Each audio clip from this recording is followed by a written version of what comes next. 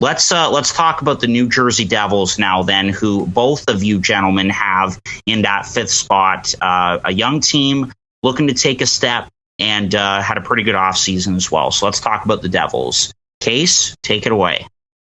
Yeah, I mean, I have them at number 5, mostly because of that mentality of, expect the worst. And when good things happen, it feels more rewarding. Whereas, putting them in 4th, where maybe I think they should be, it just hurts even more when you get disappointment. So that's why I have them at 5 and not 4. Honestly, I'm just so thrilled about this team coming into this season.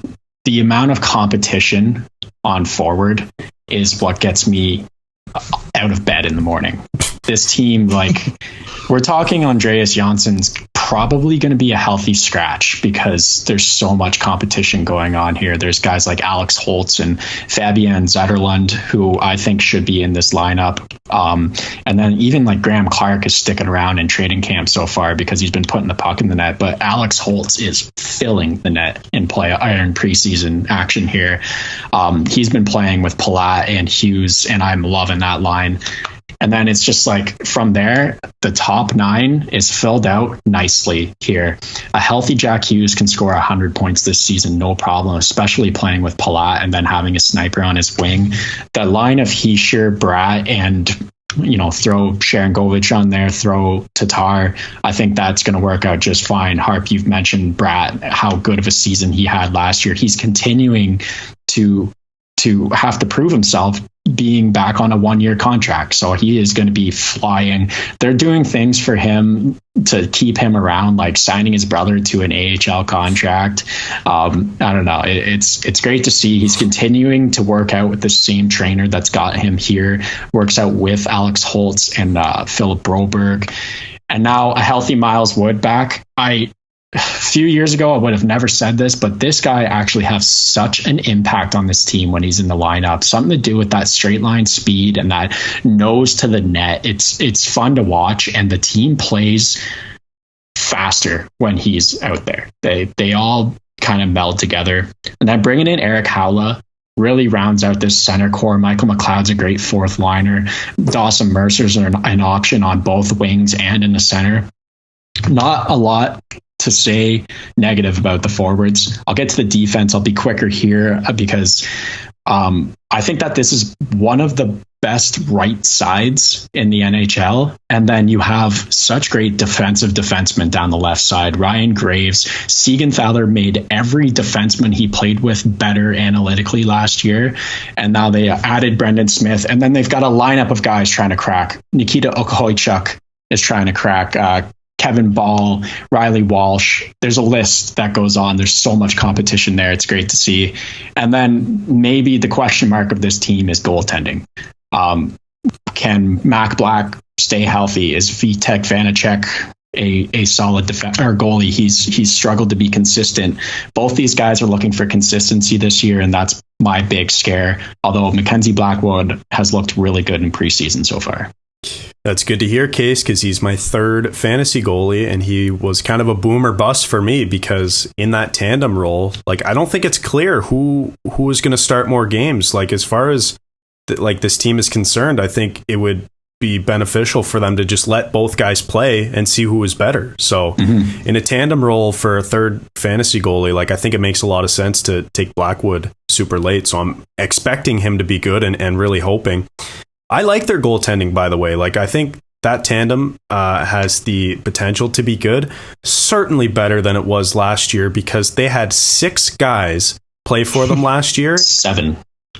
Okay, on Money 7 goalies. On Money Puck, it only has 6 listed. Who was the 7th? I mean, we don't have Yeah, we don't have to get into that. I was putting you on the spot. But so anyway, too many guys. Yeah, 6 or 7 guys is the point. It's too many. And not a single one of them were above average in terms of goals saved above expected. It was a nightmare year for them between the pipes, not only in net from injury, but also the performance in net. So that was just tough, and it was a write-off for the Devils. I think that this team has gotten better everywhere, and they could have been in the playoff conversation if they had league average goaltending last year. So yeah.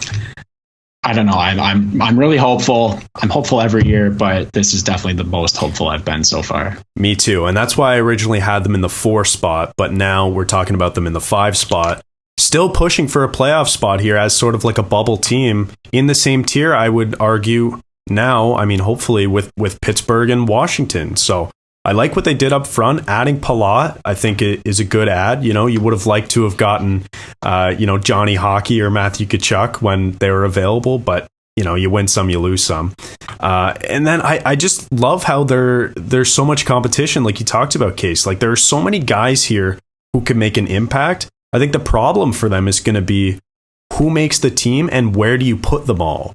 Because I think you have a lot of players who can play a similar role. Like for example, Holtz. You're not going to bury him in the bottom 6. You're going to want him to play top 6 minutes, get a good opportunity. And I think the Devils are smart enough to want to do that for that guy, or at least put him in a favorable offensive situation. So we'll see if he makes it. I really hope he does. He's going to be electrifying. And then also Dawson Mercer. Saw how good he was last year, and he'll be able to take another step as well. So I'm looking forward to that.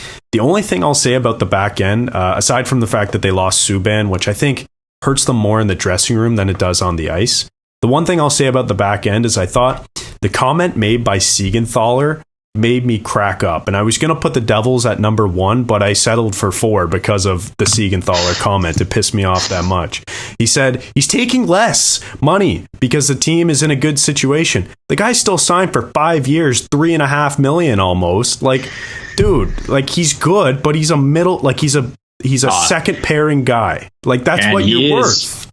Yeah, he is one of maybe the best defensive defensemen in this league, and it showed that every single pairing he played on last year, they improved drastically on like a group that was struggling to play together. Like Severson became a first pairing guy when he played with Siegenthaler. Dougie Hamilton gets better when he plays with Siegenthaler. There's just such an ease of mind when he's out there playing with you, because it's like, he's playing defense. I can do whatever I want now. I get he's a rock. I just thought it was crazy that because realistically, what is he worth on the open market? Like, is it $4 million? Like that's reasonable, right? It's just like when you say, "Oh, I'm going to take less," you think of Jason Spezza taking $700K when, by all accounts, he was worth, still in the $3 to $5 million range on the open market in the first year that he came to Toronto. And it's like, I just don't think that Siegenthaler of all people, it just cracked me up. It just cracked me up. I also thought the comment was like, okay, sure, but. Yeah, I don't know. I definitely didn't think about it nearly as much as you. No, he is still fairly young, and I don't know. I'm happy with the contract. That's for sure. Yes, and me too. I think it's a good deal. I just thought the comment was funny, but I will say this: good vibes all around. Like I'm happy that he even came out and said that and is committed to the team. I just thought it was funny when he did, because it's like, what the hell, like. Who's this guy? Anyway. Yeah, that deal definitely surprised me a little bit, but he's been a great fit there, and kind of got buried in the lineup in Washington. And I remember when the Devils picked him up at the time,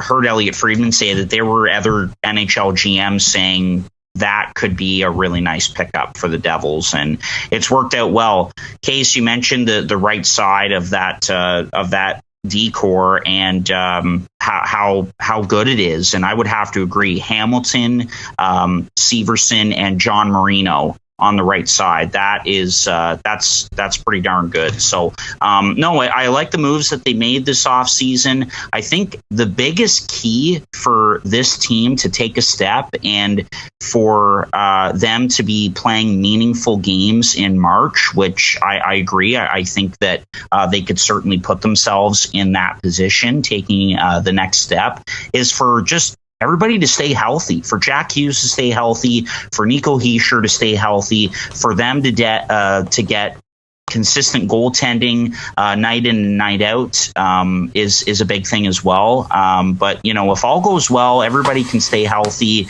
and their additions can contribute. Like Andre Palat is just not only a great player, but just a great pro. I think he's going to be really good for the young guys in that locker room. And so if they can stay healthy and all goes well, this team could be finding themselves in a wild card spot potentially, or just playing meaningful games down the stretch. And I think that even that is the biggest thing for this hockey club. Yeah.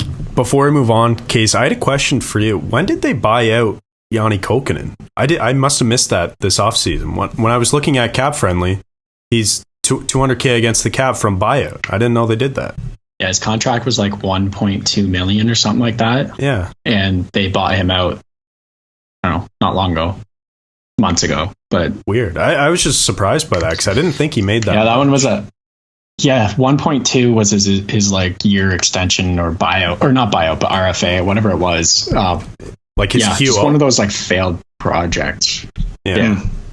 So he's out, but Boqvist is still there, right? Boqvist is still there. Back on a 1-year deal? Yeah, Boqvist is still there. And that's another guy that like we didn't even talk about is trying to crack this lineup. He played the end of the season. I think he played around 15 to 20 games. He was half a point per game and looked like competent in his own end. So it's like, what's going to happen? I don't know they've got to be trading someone here soon. Like I expect it to be Andreas Johnsson. Yeah. I don't know. He makes a lot, but you gotta keep a Johnsson around. Yeah. Johnsson at $3.4 million to be out of the lineup. That's that's a lot. So I wouldn't be surprised if he gets dealt. Okay, Case, one question for you before we move on from the Devils. We have been saying that we don't really know who's going to be the starting goaltender for this team. Is it Blackwood? Is it Vanacek? If you were to put your money on one of those two guys to be the starter for this team, who do you think it is? Kenzie Blackwood. Okay.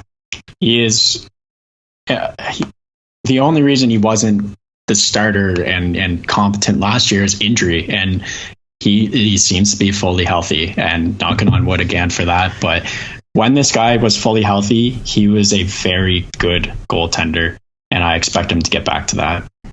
I got to tell you, I didn't expect him to be back with the Devils this year, honestly, Case. I know that things kind of went sour there just with the way the injury was dealt and with the whole non-vaccination thing.